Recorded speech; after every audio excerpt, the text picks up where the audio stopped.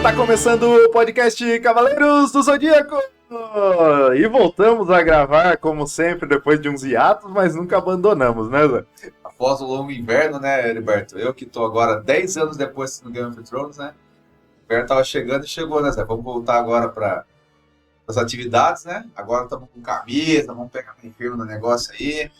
E já estamos com um monte de tema, porque tem 6 temas engatilhados, né? E hoje vamos gravar uns 2 episódios aqui, né, Heriberto? Vamos tentar gravar 2, vamos ver se cabe aí dentro. Não sei se vai ficar provavelmente separado, tá? Mas vamos embora. E qual que vai ser o nosso primeiro tema, Zé? O lado sombrio de Atena. Lado sombrio de Atena. Eu tô na escura, galera. Ele escolheu o tema e eu tô aqui. Vamos embora. Bora! Pessoal, é o seguinte aqui, ó. Em vez de ficar um podcast quadradão, vamos pegar um negócio na internet. A gente pegou um tema assim, que a gente achou interessante e vamos conversar sobre ele. Por exemplo, eu vou lançar aqui, ó, como diz os jovens, os jovens estão interagindo com bastante jovens hoje em dia. Eles falam, lança braba, né? Então, eu vou lançando umas bravas aqui. E você e eu vamos aqui conversando sobre. Primeira coisa que eu queria falar, Zé, a Atena é realmente tão pura? Por exemplo, porque tem muito aquela coisa da... ela é imaculada, ela é muito, sabe, a deusa, não sei o que e tal. Mas se você for ver, como ela foi criada entre os humanos, já tem aquela coisa na infância dela, era bem lazarentina, né? Desculpa usar o termo, mas lembra que ela judiava do Jabu, subia na costa dele como se fosse um cavalinho, judiava todas as crianças que eram os órfãos lá e tal, antes dela saber que ela era uma deusa. Então ela já teve uma infância que ela não era pessoa tão boa, tão pura. Aí depois, quando ela cresce, tal, ela com os cavaleiros, você vê que ela tenta manter uma pose assim, no começo ela é bem fria, bem, né, tal. Depois ela começa a querer mostrar que ela se importa com os cavaleiros e tal, não sei o quê. Mas, no meu ponto de vista, ela nunca conseguiu vender essa imagem. Por quê? Se você for ver, parece que todos os cavaleiros, principalmente de bronze, ela só se importa com ceia. Então, o correto seria o quê? Todos estão lutando por Atena, ela é uma deusa pura, justa, né? Deusa da justiça também, não sei o que e tal. Você vê que ela não é justa. Ela é tipo assim, pode todo mundo se matar lá, ela vai lá ver como tá o ceia. Todo mundo faz um monte de coisa por ela vai lá e fala, ceia, muito obrigado. Você acha que Atena ela é uma deusa pura? Ou ela simplesmente, assim, egoísta? Tipo, ela tá preocupada só com ela e com o ceia, o resto que se dane. Como que você vê essa questão da Atena? Você acha que... Você lutaria por Atena? Se for comparar ela com outros deuses, acho que ela é melhorzinha, assim, né? Mas, realmente, questão de bondade, essas coisas, de justiça, realmente ela não é justa. Que ela dá o foco principal pro Seiya, por mais que os outros 4 sejam protagonistas do anime também, ela dá esse foco maior realmente pro Seiya, porque falam lá que nas guerras mitológicas tal, a Atena, Saori tem uma ligação maior com o Cavaleiro de Pégasus.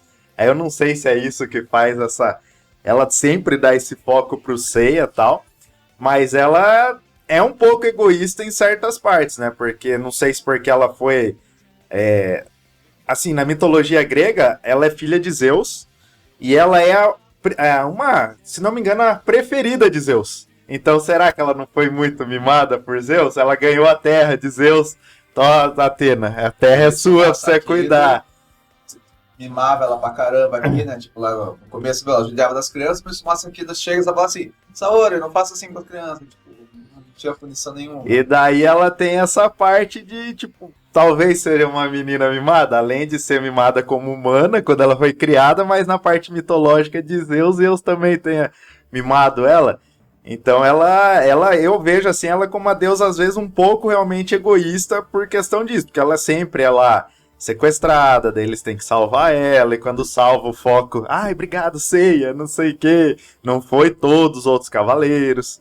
Nas Guerras Santas que tiveram, muitas delas, tudo bem, que se você for pegar pelo anime, tem a Sasha, que é a do Lost Canvas, tem uma outra lá, que aparece bem breve, acho que é Leila o nome, não lembro, Leia, alguma coisa assim, mas se for comparar as duas personagens, tem uma Atena que é mais ativa, que ela sempre tá aparecendo ali, que nem a Sasha, ela era mais ativa, mais comandante e tal, e a Saori já era mais sendo sempre salva, quase não tinha uma linha de comando, né?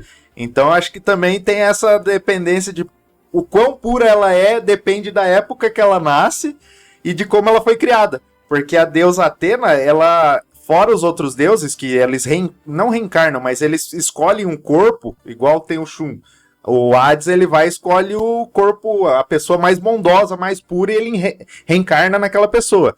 Agora a deusa Atena, não, ela nasce como uma ser humana. E daí, depois de um certo ponto, ela evolui a virar uma deusa, vamos assim dizer. Então, acho que o jeito que ela foi criada envolve muito essa parte de pureza, de bondade, de justiça. Então, em cada época, em cada ponto que você pegar a Atenas, ela é diferente em cada conceito. Não igual aos outros deuses. Os outros deuses, como eles reencarnam, a carne da pessoa, ela não interfere no que o deus pensa. Agora, a Atena, como tem outra origem, a parte humana com a parte deusa tem esse conflito e dá essa diferença. Então não dá pra saber. Não é que não dá pra saber, mas a questão de pureza acho que varia de personagem pra personagem. Esse ponto eu nunca tinha pensado sobre, mas faz sentido para levantar uma resposta até, né? Em qual sentido? Muita gente critica assim a Atena do clássico, né, que é a Saori, quando compara ela com a Sasha, que é a Atena do Las Camas, porque fala assim, a Atena do Las Camas, que é a Sasha, ela é igual você falou, ela vai comandando, né? Ela fala assim, Cavaleiro de Prata, façam isso, Cavaleiro de Ouro, vocês vão fazer isso aqui, vocês vão patrulhar, não sei o que, os de bronze, vai ficar aqui. Ela vai comandando, ela realmente é uma comandante. A Saori Kido, ela é muito omissa, ela é a donzela em perigo. Me salve, me salve. Aí o pessoal fala, mas essa deusa aí, ela é muito... Só que se você for ver, faz sentido, porque ela não foi criada igual a Sasha. A Sasha foi criada já sabendo que ela, né, passou um tempo, ela viu que era uma deusa, já estava lá no meio dos Cavaleiros de Ouro e tal, já vendo como funcionava o santuário ali. Então ela já foi criada sabendo, eu vou ter que liderar esse santuário aqui. Como que as estratégias, tal, ela foi vendo lá o grande mestre também, né? Falando, assim, assado, tem que comandar, você tem que ter... Então, quando tem uma crise lá no santuário, ela é uma voz ativa, ela já começa a falar, você faz isso e tal. A Saori Kido, como que ela ia ter todo esse manejo com os cavaleiros de ouro, de pratos, de bronze para comandar e tal, sendo que ela foi criada apenas como uma menininha rica, numa família rica que era do Tsumasa Kido, e que ela era assim, animada, ela nem sabia que ela ia crescer e ter que subir exércitos e comandar, ela não foi treinada para isso, então faz todo sentido, né? Não é que a Saori Kido, por exemplo, ela é fraca, é porque ela tem poder, só que, quando ela descobriu que ela era Atena, já foi começando um monte de batalha, a Cavaleiro foi meio que descobrindo aos poucos, tanto que a única saga que ela é um pouquinho mais ativa é na saga de Hades, né? Mas daí porque já teve 12 casas, já teve Asgard, já teve Poseidon, chegou em Hades, ela já estava... É uma vivência já, tava com a experiência. E daí ela tem aquela atitude, por exemplo, de se sacrificar, né, com aquela adaga para ela ir para o mundo dos mortos. É uma coisa que ela tomou decisão, o quê? Ela, Chaka meio que orientou ela, e ela teve essa ideia, como é que eu vou para o mundo dos mortos? Eu tenho que morrer nesse mundo, digamos assim. Aí ela se suicida, né, se mata, e vai para o mundo dos mortos. Só que precisou de um tempinho para ela, ter toda essa noção de quem que são os cavaleiros, quem que são os de ouro e tal. Então eu achei interessante esse ponto que se levantou, porque realmente, vamos dar um exemplo do mundo corporativo. Vamos dar um exemplo. Digamos que o Heriberto aqui, a mãe dele é toda uma empresa tal de imóveis, e ela vai preparando ele, paga cursos, você vai falando para ele, fica um pouco aqui na empresa, estagiando para você ver como que é. Aí ele vai assumir a empresa, ele vai saber como liderar a equipe. Aí de repente o que acontece? O Heriberto tá em outra família, e depois ele descobre que ele é adotado e que a mãe dele é uma dona da empresa. Aí ele vai se reaproximar da mãe dele, a mãe dele fala, é o seguinte, eu tô com uma doença tal, e você vai assumir a empresa. Ele vai chegar lá, ele não vai saber nem comandar nada, não vai saber, ele vai ficar, como que eu tenho que mandar em todos vocês? Ele vai ter que saber como funciona a operação, a hierarquia e tal. Então faz todo sentido, é uma coisa interessante, dá pra dar uma salvada na Saori. Quando alguém fala, a Saori não sabe comandar, fala, sim, ela não foi preparada para isso. Sim, ela não foi realmente preparada tal, então volta a sua pergunta. Você lutaria por Atena? Esse por Saori? Você lutaria pela Saori Kido? Pela Saori, se eu tivesse sido criado lá na mansão tal, eu acho que eu não lutaria não. Eu ia pegar um pouco de ter rancor dela. Por causa de todo o jeito que eu fui criado na mansão, o jeito que ela tratava todo mundo tal. Que nem no anime ali você vê que depois, no começo eles falam, não vou, tal, mas não sei se por causa de força de cosmo, ou se eles sentem que, tipo, eles têm que defender a Terra, defender alguma coisa, e eles começam a proteger ela, e depois, lá pra frente, a Saori faz por merecer. Mas no começo ali, eu acho que eu não lutaria por ela, não. Isso que é interessante, porque ó, tem muita pessoa conversa no fandom que fala assim, os cavaleiros, eles morrem ou lutam pela Saori Kido por fé ou por manipulação. Por quê? O correto seria o quê? Pô, ela é uma divindade, eles terem fé nela, acreditarem nela, que ela vai proteger a Terra. E, pô, ela, pena eu sou um cavaleiro para lutar por ela, por fé, porque eu realmente tenho fé, gosto dela, quero, né, dar minha vida por ela. Ou apenas por manipulação. Em qual sentido? Se você for ver lá, o de bronze, eles acham que eles estão lutando num torneio para ganhar armadura de ouro ali, ficar bonitão com a armadura de ouro, e pá. Depois do nada, assim, meio que pouco tempo, eles acabam descobrindo que tem algo muito maior, né? Tem um santuário, tem coisas de ouro, que eles são os de bronze que vão ter que dar a vida pela Saori Kido.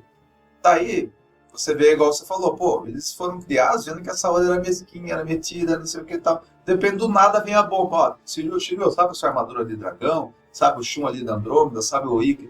Ó, vocês são de bronze, vai ter os de prata, de ouro, e tá vindo uma ameaça externa, que são outros deuses que vão derrotar a Saori pra tomar a terra, e vocês vão ter que meio que jurar que vocês vão ter que dar a sua vida por ela, por causa desse negócio da hierarquia e tal. Eles têm que meio que comprar essa ideia meio que do nada.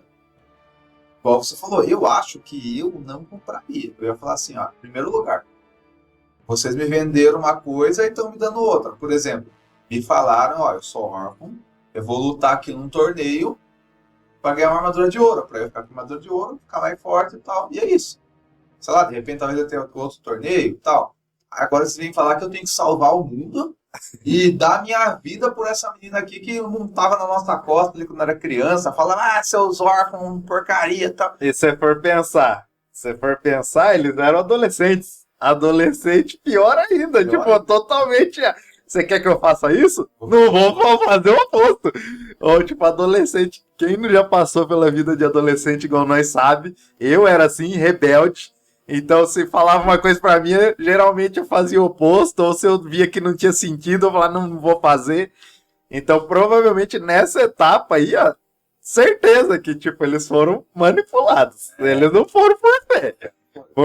Foram por manipular no sentido, se você não proteger ela, você vai perder sua armadura. Porque a armadura, a lógica do cavaleiro lá, vocês não podem usar por vocês. Vocês têm que usar pra proteger a Athena, pra outra coisa, senão vocês perdem a armadura. Tanto que, se você for pensar lá no Cavaleiro de Câncer, acontece um pouco isso, que ele começa a pensar nele, a armadura sai fora dele. Uma manipulação, por exemplo, os Cavaleiros de Bronze no começo, inclusive você, quando está sendo treinado pela Marinha, ela não fala que você só pode usar sua armadura para defender a Athena. Ela fala assim, você não pode usar por interesses próprios. Mas pra que eu posso usar então? Aí ele fica sabendo só lá na frente, que é pra salvar a Athena, pra salvar o mundo e tal. De repente você fala assim, você vai lutar a vida inteira pra conquistar a armadura, você não vai poder usar a benefício próprio e você vai ter que usar pra defender aquela minazinha ali, metidinha ali, porque ela é a Athena. Você vai falar, então nem quero lutar, nem quero treinar nada. Devolve eu pôr na rua aí, eu vou... Deixa o órfão na rua aí, mas eu vou treinar a vida inteira pegar uma armadura que eu não posso usar ela para meu benefício e vou ter que usar para uma patricinha ali que fica maltratando eu. Então talvez, igual você falou, é manipulação, Eles dão só um pouquinho, Você vai ganhar armadura, vai ficar forte. Aí eu sei que é abrir armadura para lutar, para mostrar. Não, você não pode benefício próprio, é só para lutar, só para se defender.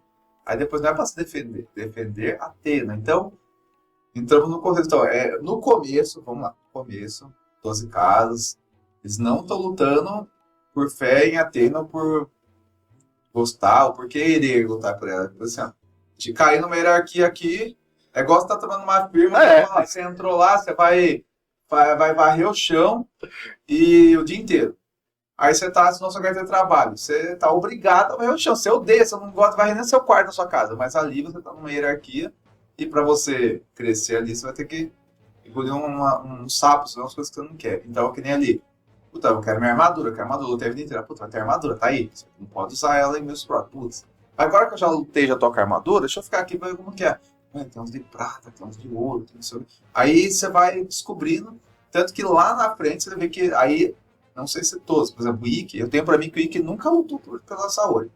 O Seiya tem uma hora que ele começa a lutar por gostar realmente da Saori, o Shiryu também. Muita coisa assim, você comentando disso, eu tava pensando aqui, a mesma coisa, se você for pegar pelo menos o começo lá da saga dos Cavaleiros Negros, eles não estão lutando pra salvar a Saori, alguma coisa, eles estão indo atrás da armadura de ouro, e também por questão de afeto ao Ikki, que foi criado junto com eles, e o Shun, que ele quer saber por que meu irmão tá desse jeito, o que aconteceu, então eles vão atrás disso. Aí depois que eles vão atrás disso aí, consegue uma resposta e tal, aí vai lá lutar com os Cavaleiros de Prata, que daí os Cavaleiros de Prata querem matar eles porque eles estavam lutando em benefício próprio. Então até ali eles não têm uma motivação por Athena, por Saori. Só nas 12 casas realmente que eles vão tipo tentar salvar a Saori, salvar a Athena. Só que aquilo, eu também vejo, igual você falou, ó, o Ikki nunca lutou por Athena, eu também acho que não. Eu acho que o Ikki sempre deu muito a... O Shun, e principalmente o Shun, que é irmão dele, né? Irmão de sangue. Então, assim, pra mim o Ikki sempre lutou mais por ele e pelos amigos dele. O Seiya, ele vai nessa vibe de tipo, vai mais pro lado de Athena do que os outros.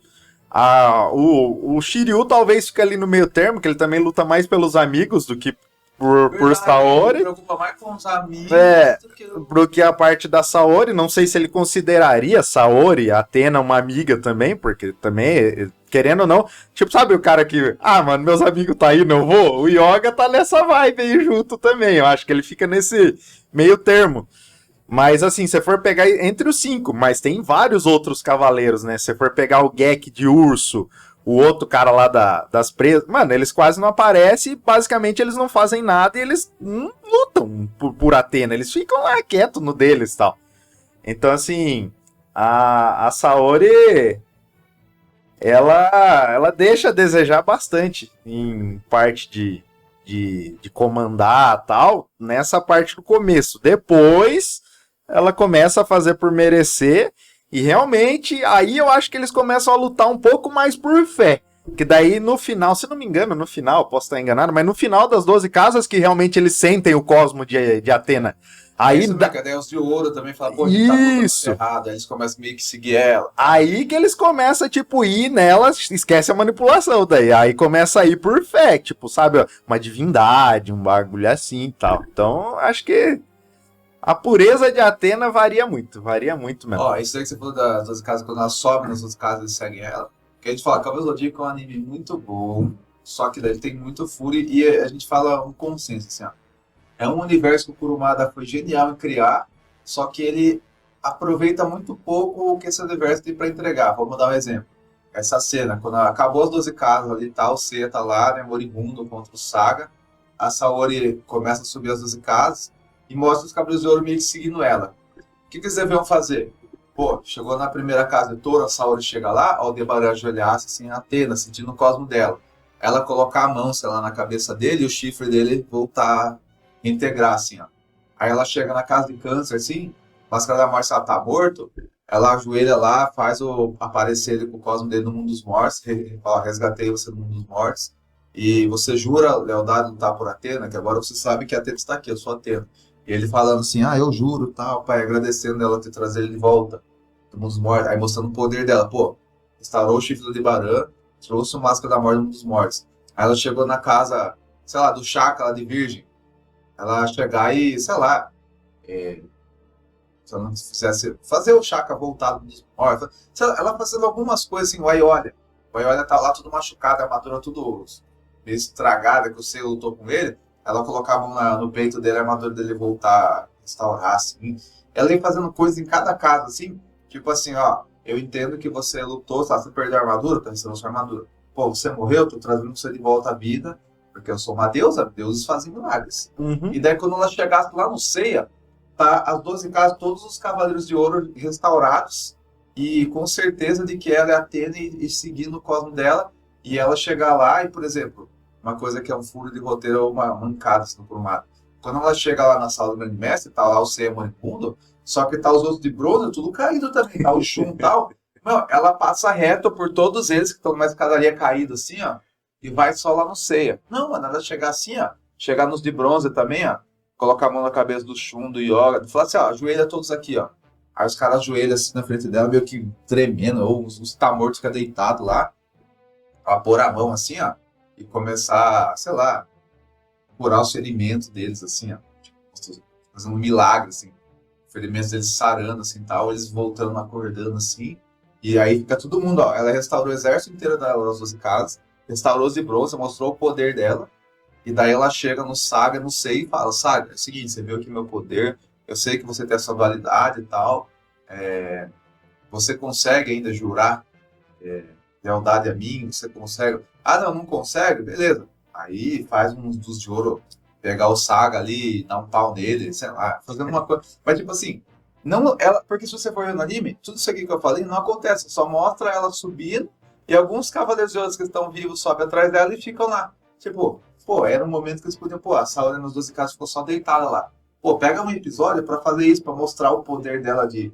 cura, de trazer as pessoas do mundo dos mortos, sei lá. Pra daí, quando acabar essas 12 casas, tá todo mundo falando, meu, essa aqui é a nossa deusa, ela restaura nossa armadura, ela restaura nossos ferimentos, e não tem mais dúvida agora de quem tá com ela. Não, o Kurumada criou esse universo pra só, ela sobe as escadas e chega lá, salva só o Seiya, ignora os 12 bronze ali, que deram a vida por ela, pega o Seiya no colo e fica, nossa, tadinho de você e tal. Então, cai muito daquilo que a gente falou, pô, o Kurumada criou um universo tão mágico, assim, tão bonito pra você explorar, só que ele explora pouco, né? Sim. E você falando que ele criou uma curiosidade que eu vi, assim, que a Atena, ele criou ela... Ele pegou da mitologia grega e tal, e ele criou ela no sentido de ela nascer no meio dos humanos e crescer como se fosse uma referência a Jesus Cristo. Que Jesus Cristo é desse jeito também. Deus manda Jesus pra terra, pra te redimir dos pecados, tal. O Kurumada fez meio que essa mistura dos dois, Verdade, por isso que humana, né? ela nasce humana na Terra pra proteger a Terra, tal. Basicamente foi isso que ele fez nessa criação dela, e daí volta a tornar. Se ele fez essa junção, essa mistura, igual você estava falando, ela subindo as 12 casas, ela poderia curar um, ressuscitar outro, sei lá, mesmo na pegada da história de Jesus, assim, sabe? Fazer os milagres ali e tal, seria uma coisa interessante. E também a parte do que? Se for colocar o Saga meio que foi um Judas, que foi um traidor em relação a Atena. Então ela chegar lá no final, talvez dar um beijo no Saga, tipo, igual o Jesus, sabe, dar um beijo no Judas. Falar assim, eu já imaginava que algum de vocês, sabe? Não, mas já viajando. Não, eu tô viajando, mas daí Jesus, tipo, igual o Judas deu um beijo em Jesus pra falar, esse é o cara que vocês têm que pegar, né? Aí ela chega e dá um beijo no Saga. Tipo... É porque no final dos casos o Saga meio que pede perdão. Isso, pedindo perdão, tal. Então ela aceita o perdão e dava um beijo e tal. O negócio é referência assim, mas seria legal também se fosse feito, né? Que uma coisa que fiquei muito bravo, assim, quando eu era criança, assim, quando tem aquele filme do Cavaleiro do Zodíaco que é contra Abel, que no começo do filme chega lá o Abel e os guerreiros dele, daí a Atena fica toda de... Meu, é muito estranho, porque eles são irmãos, só que eles ficam tendo uma relação como se fosse um casalzinho se formando, né? Uhum. Ah, ele olha pra como se tá apaixonado, parece que vão se beijar. Aí aparece os de bronze assim, e daí os cavaleiros do Abel lá pegam e começam a atacar a cara do Senna na escadaria, e falam, vocês não prestam mais pra nada, vocês são muito fracos. Agora a Atena tá com a gente e não precisa mais de vocês. Aí o Senna fala, não, eu não acredito, Saori, tipo assim... Não nessas palavras assim, Saori, você realmente não precisa mais da gente? A gente somos inúteis mesmo, né? Tal. Vamos dizer muito literal, somos todos inúteis, né? Aí, ela chega e fala, não, realmente tal. É legal que depois você vê que ela tava blefando só pra manipular o Abel pra ele, né, deixar ele poupar a vida deles. Mas nessa parte do começo eu fiquei muito assim, os caras lutaram nas 12 caras, os caras deram a vida por ela. E agora que tá todo mundo a favor dela, tipo, lutando por ela, vem um Deus mais forte que ela e fica, não preciso mais de vocês. E também tem no Prólogo do Céu, né? O Prólogo do Céu é um filme bem triste nesse sentido, porque tem aquela cena icônica de quando o Seiya tá quase morrendo, ele fica, parecendo um zumbi indo atrás dela, e quando ele encontra com ela, aí ela vai meio que se matar e tal, e ela fala assim pra ele se entregar, né? Fala assim, não, esses deuses são muito mais fortes que eu mesmo, vamos entregar a terra pra eles e tal, não sei o quê. E o Seiya chega e fala aquela cena bonita, ele fala, não, eu não lutava por Atena ou pela terra, não sei o quê, eu lutava porque eu amo você. Então já fica um negócio meio assim, meu, o Seiya, ele era um órfão que ele viveu ali sofrendo um monte no santuário e pegou a armadura. Então, ele não tem ainda esse amor pelo planeta Terra, de salvar o mundo. É tipo assim, ele gosta da Saori, além de ela ser uma deusa, ele gosta da pessoa física Saori Kido. Então, nesse momento, ele fala, tá bom, eu luto pra proteger a Terra, proteger a Atena, mas na verdade Isso é uma, você. isso é uma consequência. Eu quero proteger você. Proteger você. Aí é uma cena bonita, né? Porque ela mesmo fala, nossa. E fica aquela coisa assim que o Kurumada sempre deixa que a Saori e o Seiya não é só negócio de Pegasus e Atena, eles têm uma coisa pessoal entre eles. Só que eles não deixam aflorar, né? Porque o Kurumada tem essa coisa de não querer beijo, essas coisas de namoro físico, assim. Mas fica uma coisa muito que o Seiya não. Vamos ser sinceros, o Seiya, ele não luta por Atena, ele luta pela Saori Kido, pessoa física. O Shiryu, igual você falou, luta mais pelos amigos, em consequência ele também protege a Atena. Sim, é. O Shun e o Ikki tá lutando mais um para proteger o outro, né?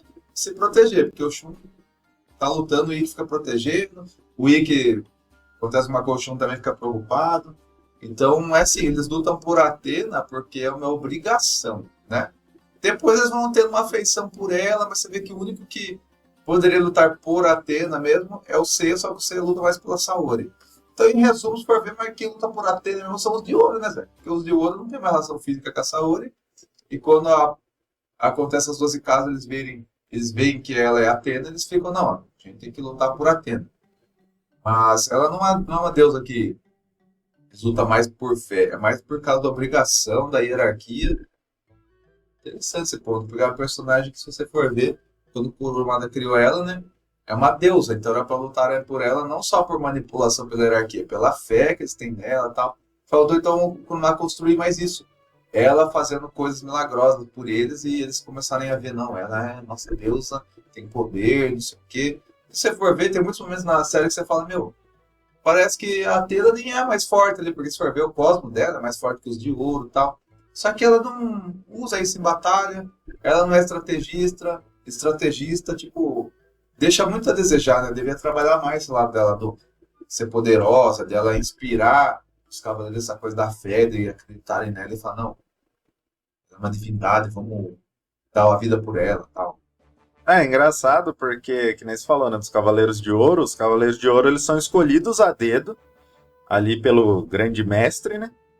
Para eles serem treinados, para eles estarem ali realmente protegendo a Atena, então eles não têm uma proximidade pessoal com a Atena, eles realmente desde o começo tá ali, ó, você tem que proteger essa pessoa que ela é a Atena.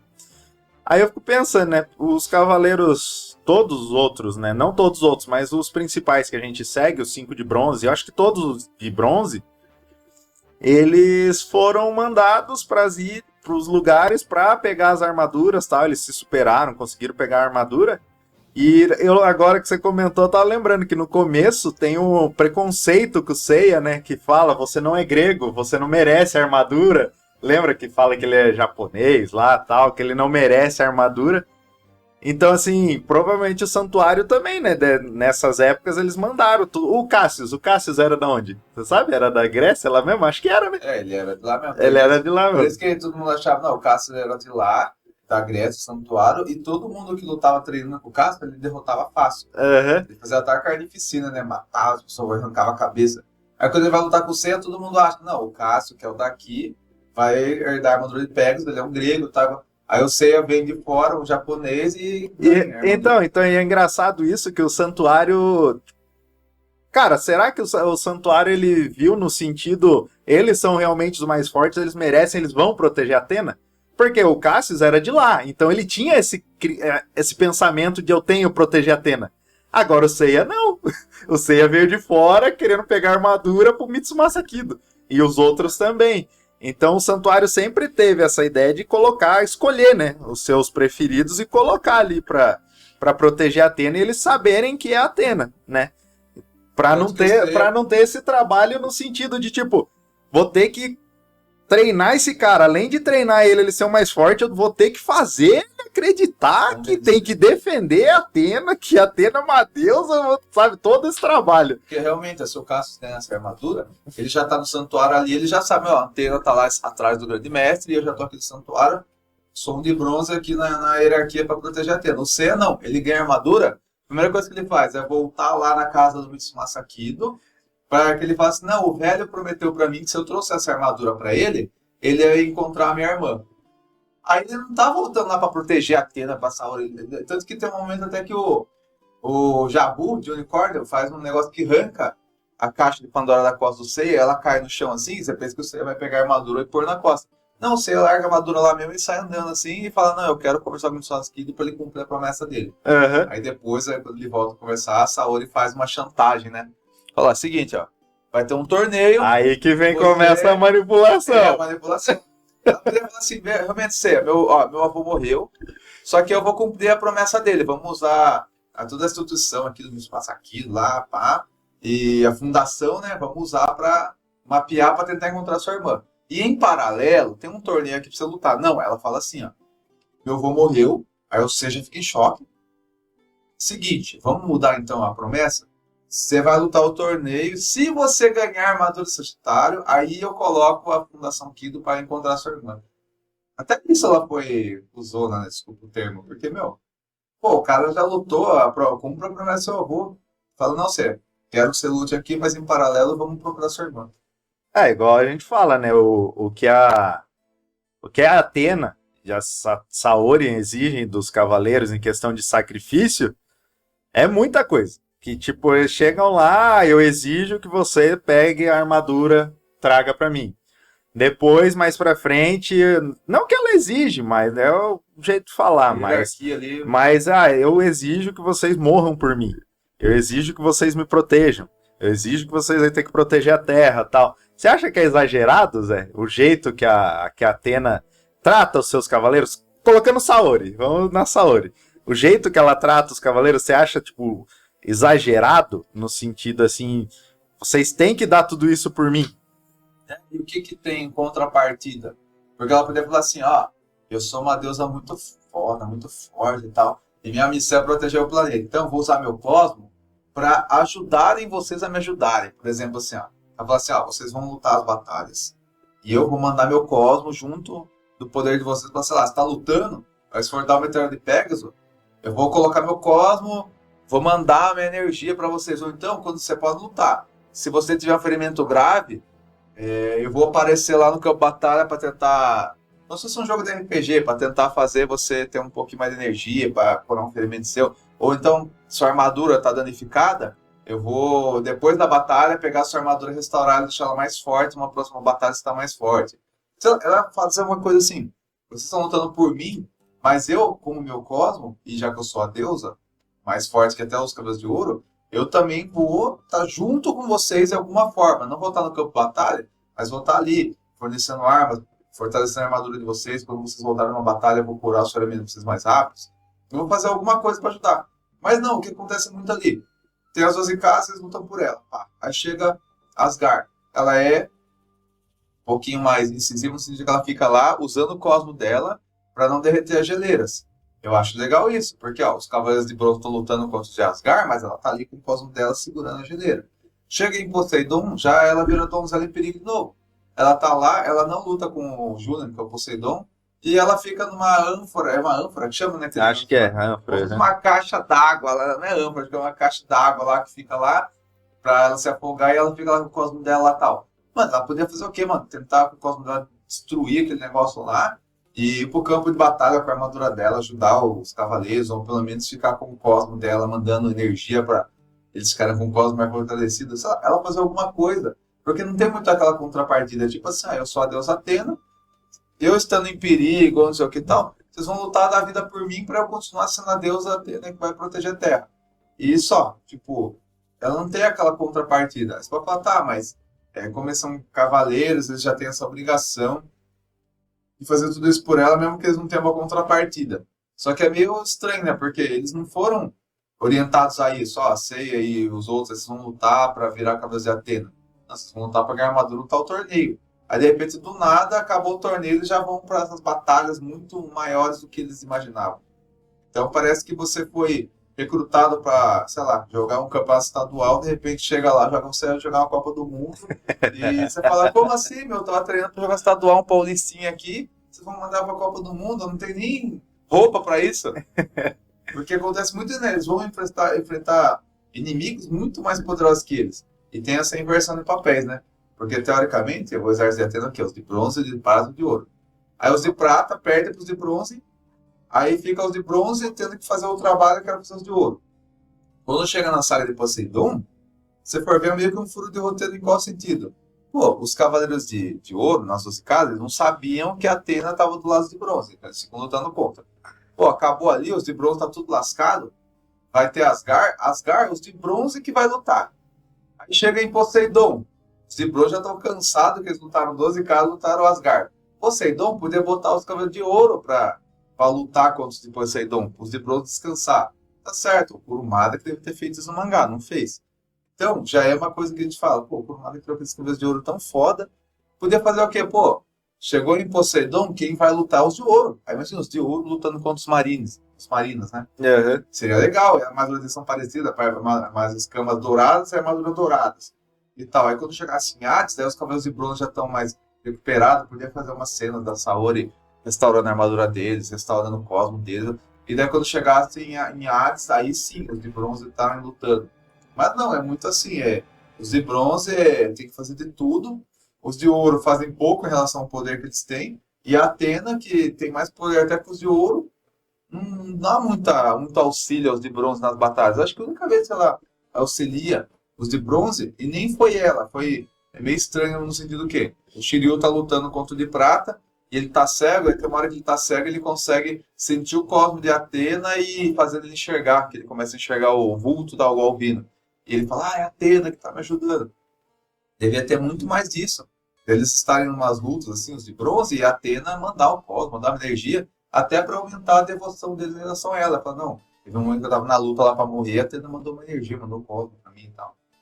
Então ela é uma deusa que não vale muito a pena lutar. Ela exige demais para entregar pouco. E ela não cumpre muito o papel dela. Ela não lidera, não é estrategista, e o cosmo que ela tem aí, que é maior que todos, ela só mandou pro Shiryu nessa luta, e de vez em quando parece que ela manda pro Seiya. Os outros, assim, mas não sente tanto essa coisa da Atena estar dando energia para eles, né? Eu acho que daí vem a parte do que eu comentei no começo, que a personalidade Atena com a personalidade Saori se mistura. Que daí a Saori é meio egoísta, a Atena já é um pouco mais para proteger, para justiça e tal, mas a Saori é um pouco egoísta por causa da criação dela, né? Eu falo isso porque, vamos colocar Poseidon. Poseidon, ele não se considera acima dos marinas dele. Ele usa uma armadura igual de marina, de escamas, não é uma armadura de deuses, tá? Uma armadura normal, porque ele se considera no mesmo nível dos marinas. Ele é a mesma coisa na hierarquia. Agora, na parte do santuário, Saori, Atena, ela sempre está acima de todo mundo, né? E ela não se coloca abaixo para ser igual aos outros. Então, acho que assim, a Saori mistura, puxa um pouco mais esse egoísmo dela, tal, e tudo mais. Acho que é mais por causa disso. Porque se ela fosse realmente criada ali no santuário, Atena e tal, ela seria mais parecida com a Sasha. Então, assim, o que ela exige dos cavaleiros, ela exige muito para entregar pouco. Por dela, da parte dela, de ela se... Tudo bem, você vai falar, vocês estão falando, é o Kurumada que decidiu, é roteiro. Mas aí nós tá conversando, não tô vendo. O Kurumada, a gente poderia pegar assim, no Wikipedia aqui, os negócios lá, tá, a gente vê o que é a gente viajar nas ideias sobre isso, né? Porque nem fala, o podcast é muito para isso. Se você quiser, assim, pegar um Wikipedia, um Google, já vai estar lá um monte de coisa do que é. A gente já está indo para uma outra camada que é o quê? A nossa impressão, o que a gente faria no lugar dos cavaleiros se a gente fosse um cavaleiro por Atena. Pô, Atena, ela é justa, ela vale a pena, é o quê? É fazer uma outra camada do quê? Da gente viajar nas ideias, inclusive para os ouvintes depois, né? Mandar e-mail, mandar não sei o quê. Cara, e vocês? A gente quer saber essas visões outras pessoas que absorveram a obra, uma visão além, né? Porque uma vez o Danilo Módulo, lá do Tokudok, teve uma entrevista que a gente gravou com ele, e ele falou muito disso, que ele falou que o canal dele no YouTube, ele pensou assim, eu posso pegar no Google lá o que é, e ficar lendo e falando. E falou assim, então aí a pessoa pode ir lá no Google e ler. Aí eu queria fazer um canal do quê? A minha impressão como telespectador, pesquisando e pensando sobre. E daí, as pessoas que estão consumindo também vão dar a visão delas, não vai ter um consenso, não tem certo e errado. É justamente a gente pegar aquele negócio que o Kurumada peca muito em pegar esse universo dele, expandir e fazer o negócio ser algo maior do que já é. E o Kurumada não explora muito. A nossa função muito aqui é explorar isso, né? Explorar essa visão e também a pessoa que assistiu Cavaleiros, ela já sabe muita coisa. Pô, fazer ela também pensar sobre, pô, e se eu fosse um cavaleiro, eu lutaria por Atena? Pô, por que essa Saori Kido é tão fria, tão mesquinha? Será que faz sentido os caras lutarem por ela? É justamente abrir esse outro, um parênteses assim, para todo mundo poder dar a sua visão e a gente dar uma visão além e despertar no ouvinte também essa coisa de pensar mais sobre, porque já que é uma obra que a gente gosta tanto e o Kurumada não explorou, vamos tentar a gente explorar aqui, né? Aproveitando aqui, já deixar essa deixa do Zé, você que é ouvinte nosso, assiste a gente, conversa com a gente, manda lá a sua teoria da Saori, o que vocês acham, se ela é tão pura assim, se ela não é. Qual que é o e-mail, Zé, que eu nunca lembro? podcastcdz@gmail.com, ou você pode também mandar pra gente lá no Instagram, podcast Cabelo Zodíaco, né, que é o @podcast Cabelo Zodíaco, não tem como errar. Você manda lá no direct. E o que é interessante, de tempo em tempo, quem já é ouvinte nós já sabe, a gente faz lá o papo com ouvintes. Então, o que a gente sugere aqui? Como esse papo sobre a Atena é uma coisa que é bem polêmica, é bem ampla, que dá para viajar bastante na ideia, mande no e-mail ou no direct as suas visões sobre a Atena, se você lutaria por ela, se você pensa diferente dessa visão que a gente deu aqui, o que você pensa diferente, detalhe lá no e-mail ou no direct, porque daí mais pra frente pode gravar um papo com ouvintes e daí a gente puxa, pô, o ouvinte tal deu tal teoria, pô, a visão dele é diferente da nossa em relação a essa questão de Atena, Saori Kido, se lutaria por ela ou não, se ela é uma deusa fria, sombria, ou se ela é uma deusa porque teoricamente ela era para ser uma deusa do amor, da justiça, né? E você vê que ela tem um amor muito mais pelo ser do que pelos outros, e ela também não é tão justa também, né? Essa coisa que a gente falou, pô, tem muito cabelo lutando por ela, ela foca muito ceia, e tem essa... Enfim, dá a visão de vocês. Acho que alguém falou uma coisa, puta, não tem nada a ver com o que falou uma coisa que eu não concordo. Beleza, manda lá no e-mail por que você não concorda e qual seria a sua visão. Porque a nossa intenção é isso, a gente pegar essa obra que já tem mais de 30 anos e sair um pouco daquele senso comum, né? Porque parece que tem no fandom do Cavaleiros uma coisa assim. Uma coisa polêmica, o Shaka e o Saga, quem é mais forte? Aí tem um pessoal que debate lá e fica um querendo se sobrepor em relação à opinião do outro. A gente quer aqui não, criar um espaço para a gente criar uma coisa além, as nossas visões sobre, e jogar no ar e também ver da audiência, dos ouvintes, qual é a visão deles. E daí depois isso no papo do ouvinte, lá, papo com ouvintes, vira um novo podcast, ou também a gente viajar nas ideias, porque são coisas que a gente fala assim, pô, é um universo que não existe de verdade.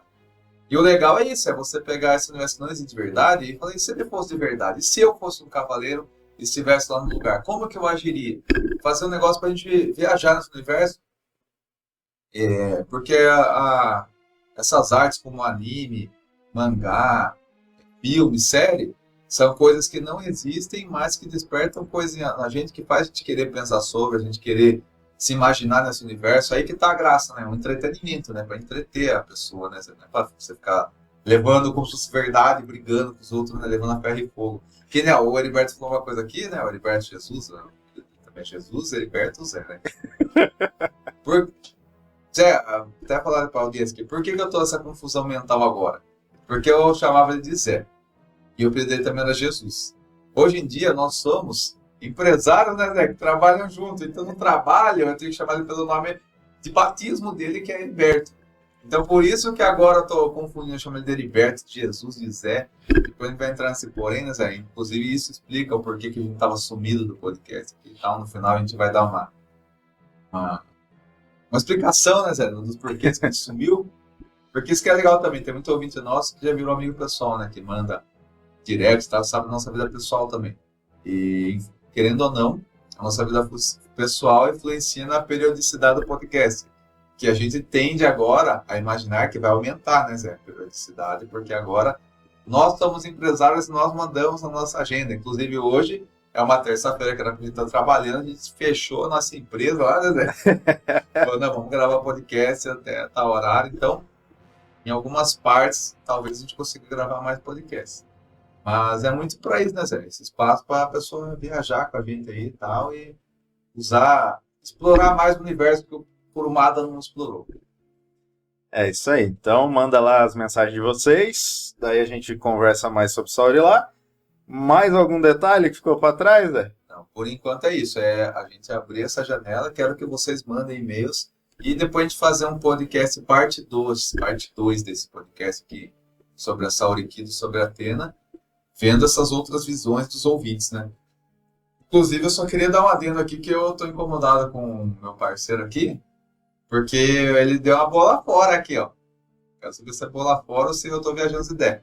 Porque ele falou aqui que que o Poseidon, ele usa uma armadura parecida com os marinas e ele tá na mesma escala de poder dos marinas. Não, mesmo escala de poder. Eu falei que ele se coloca como se fosse um... Tipo, ele não tá acima em questão... Que nem você é o dono da empresa. É. Você se colocaria como um peão, como se fosse eu. Mas você tem mais poder, com certeza. Tá, mas os fãs aí, esses caras que é muito cri-cri... Pode ser que eu tô viajando e da onde eu tirei isso. Que o Poseidon se coloca na mesma categoria dos demais. Eu acho que ele se coloca acima, até porque ele tá no trono de Poseidon. Tá, é lógico que durante a batalha você vê que ele não é forte nada, tanto que ele chega lá, o Chile luta, dá até a China meio que dá um apavoro nele lá, né? Mas fala uma teoria aí. sua, isso aí que ele não, tá, eu li em algum lugar. Eu li em algum lugar. Eu li em algum lugar. Fonte. Fonte, esquece. Eu sou esquecido. Se eu estiver falando merda, vocês falam pra mim. Mas eu li em algum lugar que ele se colocava como se fosse a mesma patamar ali, não de poder, mas de parte social, pessoa. Como se fosse a armadura dele, as armaduras marinas ali, ele não se coloca. Mas ele é humilde. É basicamente isso, ele é humilde. É que eu tinha uma visão assim, que o poder dele não é tão alto, porque ele é um deus meio que rebaixado por Athena. Você lembra que o Julian lá, né? Ele não encarnou Poseidon ainda porque a armadura do Poseidon em si, ele tá preso numa ânfora, né? Que a Athena da mitologia passada da saúde. Na outra Guerra Santa, ela derrotou Poseidon e ele prendeu ele lá e tal. Então, quando abre a ânfora ele volta, ele não tá tão forte, então ele tá meio que equiparado ao poder dos marinas. Que dá pra usar esse. Voltando, vai, esquece Poseidon, depois lembra que eu falei, mas saúde. Falando de Athena, uma das primeiras Guerras Santas lá, eles lutaram de tipo peito aberto, assim, sem armadura, sem nada. Aí depois, na outra Guerra Santa, a Athena viu que todo mundo se fudeu pra caralho, ela foi e criou as armaduras. É isso daí. Você acha que foi uma atitude que vale a pena?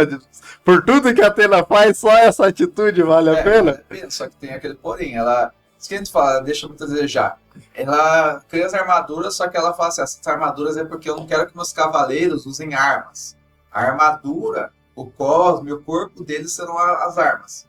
Só que daí ela dá pro cavaleiro de Libra um monte de arma. Ele fala, não, essas armas aqui, se precisar, daí pode usar essas armas. Ela poderia fazer o quê? Pô, cavaleiro de Touro, eu vou dar uma adaga pra você. O cavaleiro de Ares, você vai ter uma flecha. Então, o cavaleiro de Sagitário já tem uma arma, que é a flecha. Então, podia, sei lá, cada cavaleiro ele tem sua arma. Sei lá, um tem um chaco, o outro tem uma adaga. Porque, assim, eles lutam com o cosmo, com o cor, mas também com as armas. Por quê? Não faz sentido ela falar que a armadura é para ele não ter armas, sendo que a de Sagitário já vem com uma arma, que é arco e flecha. A de Libra vem com um monte de arma lá que ele pode usar, né? Então é meio que tem essas incoerências, né? Que a pessoa fala assim, parece que o Kurumada estabelece umas regras que não faz sentido porque ela já tá nascendo quebrada, né? Imagina, o Kurumada falou, não, vou fazer a Athena criar as armaduras.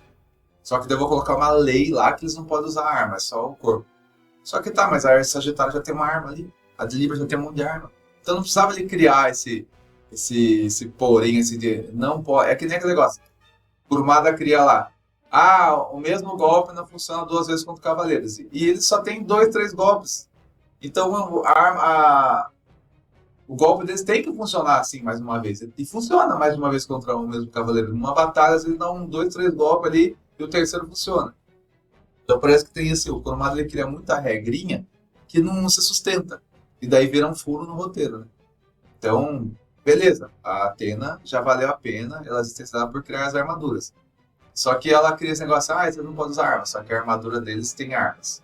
Ah, vocês não podem usar a exclamação de Athena, que é o quê? É um golpe que 3 cavaleiros de ouro lá se juntam, passam uma formação e tal. Esse golpe. Essa da exclamação de Athena, Athena não liga de usar. É os cavaleiros que inventou essa regra, sabia? Então, ela não liga. Ela não liga. Ela fala assim, ela nunca. Tem a exclamação Athena, mas não usem. Então, mas. Como assim não usem? Aí, esse negócio da exclamação de Athena é por causa da questão de guerreiro e de pessoas do Cavaleiros. Por quê? Você fala, lembra que você às vezes comentava, porque eles não juntam todo mundo e luta contra um cavaleiro? Porque eles têm muito essa questão da honra, de é 1 contra 1. Então a exclamação de Atenas está juntando 3 contra 1. Então eles usam em último recurso, e a Atena não liga de eles usar. Eles usam em último recurso, que vai ver que é o que dá pra usar, porque senão não vai. Senão tem que, né? E senão tem que lutar 1 contra 1. Mas é questão de honra deles, por questão de batalha, de hierarquia e tal, é questão de honra deles, entendeu? Eu cheguei, eu li em algum lugar também. Essa exclamação chama exclamação de Atena. Aí eu não sei. Porque assim, diz que a exclamação de Atena é um golpe que a Atena proibiu usar. Por isso que era um golpe de exclamação. Aí ia 3 cavaleiros dela, que davam golpes, aí além de ser injusto, os 3 morriam. Então ela falou assim, não, essa exclamação é de Atena, porque Atena proibiu vocês usarem. Então ela virou um golpe que a Atena, a exclamação de Atena. Por que a exclamação de Atena? Porque a Atena proibiu. Então não é pra usar. Eu já sou mais sangue no zóio. Eu penso assim, não tem que salvar a Terra, não tem que salvar a Atena. Mano, exclamação de Atena, morre 3 ali, mas derrota o inimigo. Não, se for em último caso, pode usar sim. Pô, eu não quero que meus cavaleiros de ouro, os cavaleiros zodíacos, os cavaleiros de bronze, prata, não usem armas. Não quero. Eu prefiro que vocês não usem armas. Mas Sagitário tem a arma dele, pode usar. Libra, você não tá, na sua armadura não tem umas 7 armas ali?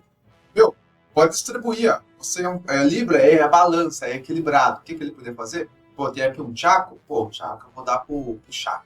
Chaco, tá aqui o Chaco. Se precisar, você pode usar ele. Tem uma espada lá. Pô, espada, pra quem que eu vou dar? Pô, sei lá, o Cavaleiro de Touro, ele é meio fracão e ele é um golpe. O único golpe dele é que tem um grande chifre. Pô, tô dando uma espada pra você, que você pode usar a espada também. Aí chega no cavaleiro lá de Capricórnio, pô, ele já tem a Excalibur, que é na mão dele, né? Uma espada na mão dele. Pô, vou dar um escudo pra você. Porque dá o escudo de Libra, você usa o escudo e você tem uma espada Excalibur na sua mão. Então você protege com o escudo e usa a espada pra cortar e pá. Daria pra... explorar muita coisa ali que não é explorada, né? Porque o Kurumada ele faz muito aquela coisa assim. Os de bronze são os underdog que a gente fala, né? Você não espera que eles vão ser os fodão, eles acabam sempre escalando o poder deles e ficando até mais forte que os de ouro. E daí com isso acaba não usando os de prata, não usando tantos de ouro. Por isso que muita gente não gosta daquela saga Soul of Gold, né? Que é a Arma dos Dourados, e eu gosto. Por quê? Tá bom, é uma saga filler que não é criada pelo Kurumada. Mas é uma saga que eles usam os Cavaleiros de Ouro como protagonista. Então eles lutam ali, eles usam os poderes deles e tal. Os poderes deles. Eu acho que devia ser assim, em vez do Kurumada fazer assim, ó. 12 casas. Tem um tempo para eles subirem lá na Salva-Saori, os de bronze que sobem. Aí depois chega a Poseidon. Tem os pilares, os bronze que vão lutar para Salva-Saori. A de Hades, mesma coisa. Tem lá... A Atena tá sendo sequestrada por Hades lá e tal. Tanto que leva ela depois para o Elísios. E os caras de bronze estão lá tentando... Eu acho que podia ser assim. Primeira casa, primeira saga, 12 casas. Os de bronze são protagonistas. Segunda saga de Asgard, a Atena podia fazer assim, eu vou deixar os de bronze aqui sendo recuperados, vou restaurar a armadura deles, eles vão ficar meio sumidos, e eu vou ressuscitar os Cavaleiros de Prata, e vou mandar eles, os Cavaleiros de Prata, para a saga de Asgard. A saga de Asgard podia ser os de Prata lutando contra os Cavaleiros de Asgard.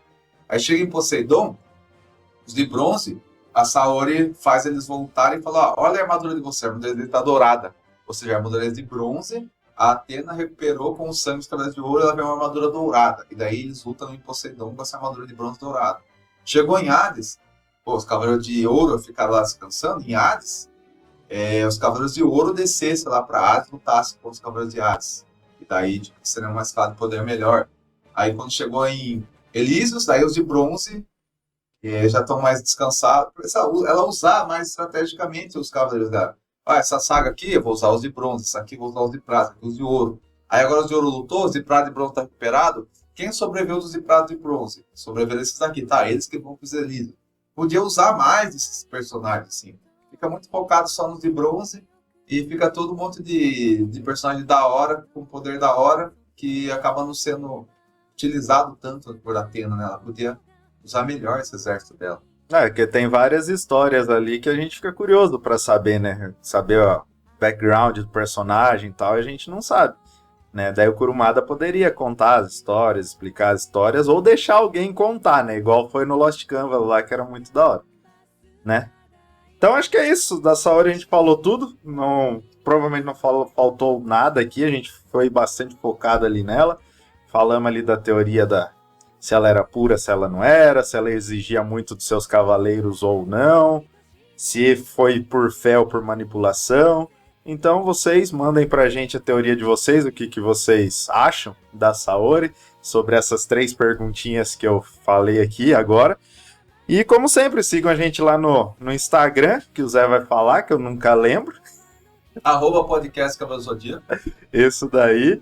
E deixem aí, se puder, deixa o like, porque vai estar no YouTube, vai estar no Spotify. Quem quiser ouvir no Spotify, você pode ouvir lá de graça. Quem quiser assistir no Spotify, aí tem que ter o Spotify Premium, mas vocês conseguem assistir.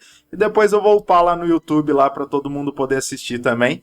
E quem quiser dar uma ajudinha pro podcast, ouve a gente pela Orelo, que na Orelo a gente ganha alguns centavinhos, enquanto o Spotify ainda não monetiza. Aí ali já ganha uns centavinhos, dá uma força pra gente. Quem quiser dar um apoio maior ainda, querer comprar camiseta, essas coisas, manda mensagem pra gente lá no direct.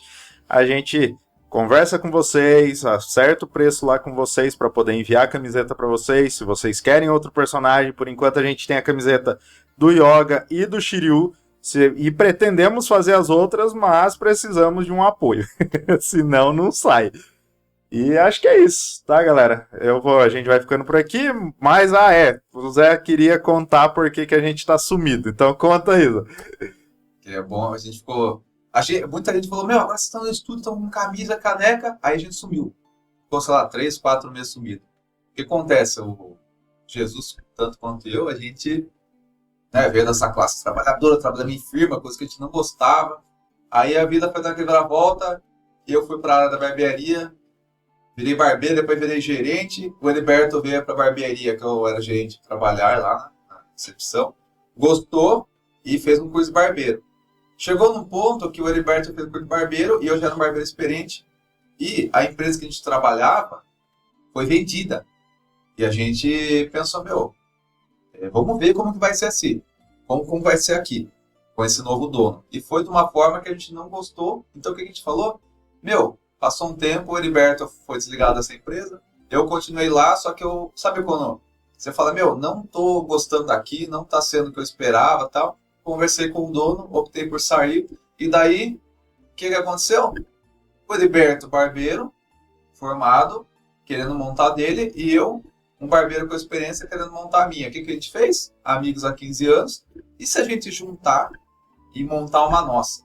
E daí a gente começou a pensar o quê? Mas as barbearias são, sei lá, os caras põem a foto do Seu Madruga na parede, um botoqueiro, deixa tudo preto, bem, né? Coisa padrão, assim, que virou moda na barbearia. A gente falou, cara, vamos fazer um espaço nosso? Então, tem nossa parede da barbearia, ela tem coisas dos Cavaleiros Zodíacos, tem os bonecos, o pop do Shiryu de Yoga. A pessoa chega lá, tem coisa da Ayrton Senna, tem coisa de Breaking Bad, que é uma série que a gente gosta, tem coisa do Deadpool. O que a gente fez? Então a gente fez uma barbearia que é nossa, JH Barbearia, Júnior e Heriberto Barbearia, aqui em Sorocaba. Então se algum ouvinte nosso estiver passando aqui por Sorocaba e quiser conhecer a gente, conhecer a nossa barbearia, você vai chegar lá, você vai ver um monte de coisa que é do Zodíaco e a gente lá trabalhando, cortando cabelo, barba e ouvindo música. Então foi mais essa questão. A gente precisou desses 3 meses, praticamente 3 meses e meio, para a gente fazer o quê? A gente teve que achar um ponto, montar a barbearia, tudo que a gente fez, a logotipo, tal, visual, tudo que a gente foi pensando em fazer, a gente conseguiu montar, aí a gente teve que focar para fazer ela virar. Então foi o primeiro mês ali, né, os meus clientes vindo nesse novo espaço, o Heriberto criando a clientela dele, teve o segundo mês, agora tendo o terceiro mês da nossa empresa, e daí a gente conseguiu falar, pô, vamos fechar uma terça-feira ali e ir pro estúdio gravar. Então a gente pede desculpa a vocês esse sumiço, assim, mas foi porque a nossa vida dessa reviravolta toda, sabe? A gente teve que, em coisa desses 3 meses, montar a empresa junto, fazer ela virar, e agora ela tá começando a andar assim, tal, de uma forma mais estabilizada, digamos assim, né? Porque foi a gente do dia para noite criando tudo, né? Agora ela tá funcionando. Já tá no terceiro mês, então a gente conseguiu, pô, vamos separar um tempinho para pegar o podcast. Nossa intenção é fazer com mais regularidade. A gente tá aqui no estúdio, vamos tentar gravar os 2 episódios. A gente lança um, depois lança o outro e aumentar a regularidade, focar mais em vender camisa, vender caneca, vocês continuarem apoiando a gente no Orelo e tal. E vamos ver se o negócio vira mais agora, né, Zé?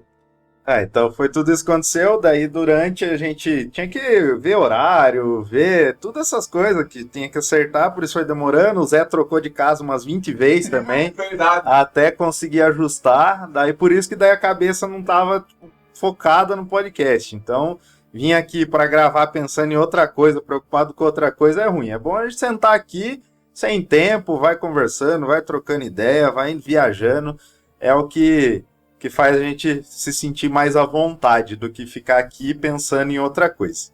Mas foi isso daí. O Zé resumiu bem ali tudo o que aconteceu, foi isso que aconteceu. A gente pretende tentar voltar igual a gente sempre promete. Vamos tentar voltar com mais frequência, tal, tudo mais. A gente já fez algumas pautas, tem algumas pautas aí. Aí agora, depois disso tudo, vai depender mais de mim. Depois que eu terminar aqui da parte de edição, eu vou tentar, como sempre, editar e tentar postar 2 por mês. Se a gente conseguir voltar com frequência, vai ser 2 por mês. E um lado bom disso é que agora o podcast tem patrocínio. JH Barbearia Sorocaba. Nós mesmo patrocina nosso podcast. E temos aqui o apoio do nosso parceiro que está entrevistando, @Estúdio Mestre _, que é o estúdio que a gente grava. Conheçam lá o Estúdio Mestre, sigam lá no Instagram, e se você for aqui de Sorocaba região, quiser gravar aqui no Estúdio Mestre, você tá vendo, ó, estúdio muito bonito, estrutura muito boa, tem aqui o Trevisan e o Evandro, né, que comandam aqui, são, né, donos aqui do espaço, tal, e aqui o negócio, você chega aqui, grava, um ambiente gostoso e, fica tudo muito bonito, o áudio, eles controlam tudo certinho aqui, o áudio, a iluminação e tal, então você chega, senta, grava e vai ter um produto de qualidade para você lançar. Então a gente recomenda aqui, né, o @Estúdio Mestre _ e tem a JH Barbearia Sorocaba.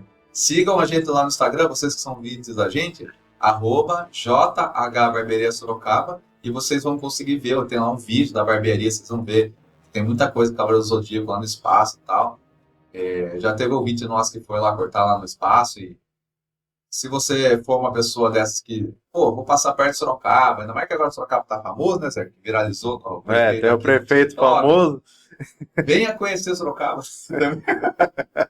Venha conhecer Sorocaba, daí você vem aqui conhecer nossa barbearia, cara. Nem que seja pra conhecer a gente, trocar uma ideia, cortar o cabelo uma vez, mas você vai lá ver. Tem muita coisa do Cabelo Zodíaco. Na minha cadeira, por exemplo, você vai estar cortando o cabelo, vai estar o espelho, e do lado do espelho tem o Funko Pop de Shiryu. O Shiryu vai estar ali olhando para você. Se olhar para o lado vai estar o Yoga, que fica na frente da bancada do Jesus ali, o Heriberto, José, Zé, chamar ele aí.